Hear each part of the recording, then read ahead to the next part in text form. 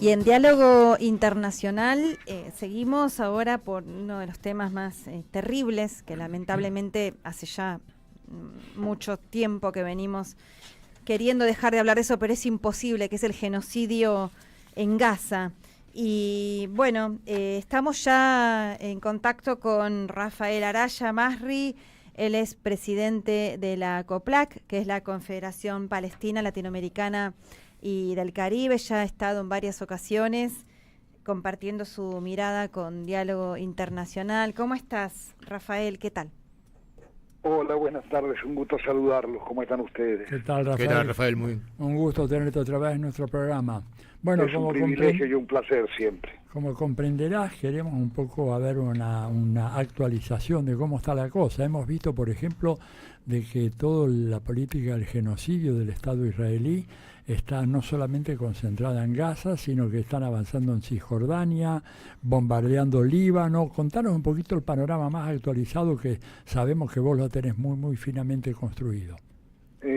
Tan actualizado como revuelto, como tú bien dices. Tú nos mencionas Yemen, mencionas Líbano, tenemos Siria, tenemos Palestina, por supuesto, tanto en la franja de Gaza, que sigue el genocidio. Hoy son 27 víctimas asesinadas por el Estado de Israel en nuevos bombardeos, y lo que ha pasado ayer en Masafer Yatta, nuevamente, un poblado que se resiste a ser desaparecido por el Estado de Israel, donde un ataque con colonos intentó asesinar a un joven, fue defendido por los palestinos, y finalmente los que fueron presos por el ejército de Israel fueron los palestinos acusados de agredir a estos inocentes colonos que actúan como verdaderos grupos paramilitares de avanzada del Estado de Israel, en la provocación para dar lugar, por supuesto, después a la intervención del ejército israelí. Esa es la metodología, ese es el precepto que cumplen con rigor los colonos y las fuerzas de ocupación. Es decir, esta represión sigue, el genocidio continúa. Estamos ante la presencia, además, de una masificación absoluta de los bombardeos norteamericanos contra Yemen, en una actitud de represalia, porque Yemen, a partir precisamente de la renovación de los ataques israelíes contra Gaza, comenzó nuevamente a atacar buques que iban con destino al Estado de Israel, y por supuesto la flota norteamericana, cumpliendo órdenes expresas del presidente Donald Trump, comenzó por supuesto con estos bombardeos de represalia para intentar dominar a un pueblo que, al igual que el pueblo afgano, jamás fueron doblegados militarmente. Entonces, sumémosle a eso los ataques de hoy al Líbano, ayer al barrio chiita de Beirut, en plena fiesta del cierre de Ramadán, digamos, claro, que es una fiesta extremadamente importante en todo el mundo islámico. Es decir, esto tiene una fase de recrudecimiento absoluto y sin visos, digamos, de detenerte, salvo el inicio de nuevas conversaciones entre Israel y Hamás, mediado por Egipto y Qatar y Estados Unidos, donde intentarán nuevamente negociar la liberación de los prisioneros israelíes a cambio de la liberación de prisioneros palestinos en las cárceles israelíes. Dime, ¿cuántos rehenes quedan todavía en manos de Hamás? Porque una de las grandes cuestiones que suscita todo esto es que Israel prácticamente destruyó gran parte, calculo yo, cerca del 80-85% de las construcciones que había en la franja de Gaza, y estos rehenes siguen sin aparecer. O sea, tienen que tener un sistema de ocultamiento realmente espectacular. ¿Es real eso, o por ahí se trata de gente que ya murió y lo están negando? No, mira, los testimonios y las informaciones que llegan desde Palestina indican que son varios los rehenes vivos. Incluso en esta nueva ronda de negociaciones, lo que está planteando Hamás es la liberación de algunos rehenes vivos. Es decir, en el fondo es pasar a la segunda etapa, que es la exigencia de Hamás. Los rehenes, que quedan más de 30 rehenes vivos, hay otros que están fallecidos por los bombardeos israelíes, que han sido, como tú bien dices, tan implacables que han destruido más del 80% de la infraestructura de Gaza. Supuestamente estarían en los túneles de Hamás. Entonces surge ahí esta contradicción que ha ocasionado precisamente este recrudecimiento israelí, porque Hamás exigió el pase a la segunda etapa del acuerdo de cese al fuego, que consiste precisamente en el retiro del ejército israelí de Gaza. Ese era el acuerdo firmado entre Hamás e Israel y auspiciado por los Estados Unidos, por Qatar y por Egipto. Entonces Israel se negó a cumplir con esto con el aval de los Estados Unidos y comenzó una segunda ola de genocidio, de bombardeos a tiendas de campaña, tiendas de tela, Atilio, que es una cosa horrorosa. Y lo que está exigiendo Hamás es precisamente el comienzo de la nueva etapa, que lo único que se dio jamás fue en que el ejército israelí permaneciera ocupando una parte del corredor Filadelfia que separa la franja de Gaza de Egipto, pero tenía que desarmar el corredor de Netzarim, que dividió la franja de Gaza en dos, y permitir el retorno de todos los desplazados desde el norte hacia el sur de la franja de Gaza. Hoy estaban bombardeando nuevamente Rafah, cerca de la frontera con Egipto. Entonces, esta escalada tiene que ver, aparte, con la concreción, con la posibilidad de concretar el proyecto Trump-Netanyahu, que es vaciar a Gaza de palestinos, exiliarlos, enviarlos. Siguen presionando a Egipto para que reciba a los palestinos en el desierto del Sinaí, que arme campamentos de refugiados allí, pero respaldándose además en la declaración unánime de la Liga de los Estados Árabes. Esto ha sido repudiado por los países árabes y por el mundo islámico, y digamos, no van a aceptar de ninguna manera que el despoblamiento de palestinos de la franja de Gaza se lleve a cabo, ¿no? Pocas veces habíamos visto una declaración tan categórica de la Liga Árabe, además. Ahora, la Liga Árabe parece, digamos, muy ducha en el arte de emitir declaraciones y... son maestros. Son maestros, pero después no hay, digamos, una correspondencia con acción real. ¿Cómo es que no plantean de alguna manera un enfrentamiento ya contra el ejército de Israel? Porque Palestina no tiene ejército, no tiene aviación, no tiene nada. O sea, claro. Lo que pasa es que si tú revisas el mundo árabe, la Liga Árabe, digamos, es un concierto variopinto de modelos de gobernanza, de modelos políticos, de alianzas geoestratégicas. Entonces tiene una parte no menor de países que adhieren a las políticas de Estados Unidos, que son armados por Estados Unidos, que prestan sus territorios para tener bases norteamericanas, para vigilar precisamente a Irán, para tenerlo a tiro. Tenemos Irak, tenemos los Emiratos, los países del Golfo, en general tenemos Jordania, digamos, donde las bases norteamericanas florecen.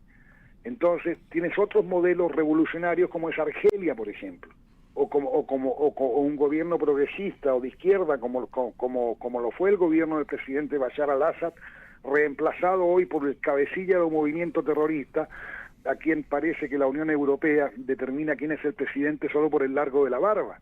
Claro. Porque el mismo tipo que tenía la barba hasta el pecho ahora la tiene recortadita y es un digno presidente y democrático presidente de la República Árabe. Te interrumpo ahí, Rafael, con una consultita, ya que mencionás esto del HTS, que son Al-Jamay, ¿cómo se dice? Bueno, me sale el nombre. No me acuerdo. No quiero meter la pata mencionando mal el nombre, pero en estos días justamente Ramón Grossfogel, un compañero, un intelectual muy importante, denunció que había salido en un diario, creo que mismo de Israel o no me acuerdo bien de qué país de Medio Oriente, que el presidente de tiene un origen judío, sería un agente del Mossad. Y bueno, era uno, recordamos, de los grupos como el Estado Islámico y el ISIS, bueno, que el Asnurra, todos esos que horrorizaban hace pocos años en plena guerra civil siria, cortando cabezas, degollando a cualquiera, periodistas, etcétera, y ahora están gobernando con la anuencia de Occidente. Pero, ¿vos tenés información acerca de eso? Mira, si es real que... Leí la misma información tuya, pero tengo la misma referencia, digamos, sin haber podido profundizarla hasta ahora. No me sorprendería, siendo sincero, no me sorprendería en absoluto. Y lo que tú bien describes, digamos, del pasar a degüello a quien no suscriba a sus principios y su fundamentalismo, sigue produciéndose hoy contra la población cristiana y contra los alawitas en Siria. Es decir, lo que están haciendo en Latakia, lo que están haciendo en ciudades esencialmente cristianas, ha llevado además a mucha gente, a miles de personas, más de 8.000 personas, a refugiarse en la base rusa de Jamaimin, digamos, donde han recibido la protección de las Fuerzas Armadas rusas, que han tenido incluso que actuar contra drones que han intentado bombardear las carpas de refugiados que se encuentran en la base rusa en Latakia. Entonces, hasta eso está llegando el gobierno, tan bien aceptado por Estados Unidos y la Unión Europea. Recordemos que hasta el día antes de tomar el poder eran $10 millones los que Estados Unidos ofrecía por la cabeza del actual presidente sirio. Entonces, también como contrapartida estamos viendo que comienza a renacer una resistencia laica en Siria, digamos, de ex seguidores del presidente Bashar al-Assad, del partido Baas, que digamos puede también transformarse en una amenaza para esta siniestra tranquilidad que ha logrado el régimen sirio dominando el territorio, ¿no? Bueno, no sé si... última cosita por ahí, esta semana, para cerrar y cortita, vos sabés los tiempos radiales, Rafael, te agradecemos un montón, querida. Pero esta semana también sucedió el hecho de, en plena Cisjordania, los colonos judíos, israelitas, mejor dicho, golpearon al director de esa película que recibió un Oscar mostrando la realidad de Palestina. Estuvo desaparecido unas horas. Bueno, digo, el hecho es que, y después... el hecho es que no hay una impunidad absoluta, ni siquiera con una... Es lo que le hacen a los palestinos y a las palestinas todos los días, pero bueno, con una personalidad así, que se va a enterar todo el mundo, que tiene un impacto mayor, evidencia que están dispuestos a cualquier cosa. Y Telma antes mencionaba también un viraje hacia una especie de guerra santa declarada por Netanyahu. ¿Cómo analizas esto? Mira, lo que aconteció con el director palestino fue siniestro, porque incluso el ejército israelí lo secuestró de una ambulancia que lo llevaba a un centro de salud para recibir las curaciones, porque fue golpeado por los colonos salvajemente, y lo secuestraron desde la ambulancia y lo tuvieron, un día encerrado. Y esa misma academia de Hollywood que le dio el Oscar no fue capaz de decir esta boca es mía, salvo un grupo que se han ido sumando y han sumado alrededor de 300 actores y directores de primer orden, entre ellos Mark Ruffalo, la actriz que encarnó ahora en esta nueva versión de La Cenicienta. Es decir, son cientos de actores que han salido a solidarizarse en motu propio y en carácter individual a solidarizarse con el director palestino. Pero a nivel institucional nadie en Estados Unidos ha dicho nada, salvo también en las universidades, donde hay un problema no menor, porque Trump está intentando expulsar de los Estados Unidos a los estudiantes becados extranjeros de intercambio que están estudiando en las universidades norteamericanas por el solo hecho de haber apoyado a Palestina durante todo este tiempo. Entonces, ese es el escenario, eso es lo que acontece hoy, es terrible, y veremos cómo sigue evolucionando esto. Muy bien, bueno, Rafael, te agradecemos muchísimo este contacto, seguiremos vinculados contigo porque tienes toda una información de primera mano que es muy útil para nuestros oyentes. Te mandamos un gran abrazo desde acá de Radio Madre y la radio de la UNDAV. Querido Atilio, ¿yo puedo pasar un aviso? Por supuesto, hombre. En 20 segundos. Mira, adelante. El próximo sábado 5 de abril a las 19 horas en la Embajada de Palestina se va a conmemorar el Día de la Tierra Palestina, que es un onomástico nacional palestino, ¿no? Pero esta vez hemos querido asociarlo a la conmemoración de las Islas Malvinas del 2 de abril, y va a ser un acto que se denomina Malvinas y Palestina, dos heridas abiertas del colonialismo. En la Embajada de Palestina, acá en la Embajada de Palestina, calle Riobamba, ¿no? 981, en la capital, todos invitados, por fin. Les agradezco mucho que me hayan permitido el chivo, querido Atilio, querida Telma. Bueno, muchas gracias. Un a ustedes. Un gran abrazo. Hasta pronto. Adiós. Muchas gracias. Sí. No, quería agregar una cosa a lo que decía el compañero, es que además le retiraron una cifra muy importante a la Universidad de Columbia porque no reprimió a los estudiantes que sí estaban defendiendo la causa palestina. Claro. Además de, como él dijo, tratar de expatriar a todo o quitar las becas y de los estudios a todos los estudiantes que apoyan la causa palestina. Mira, para poner en perspectiva esto, solo algo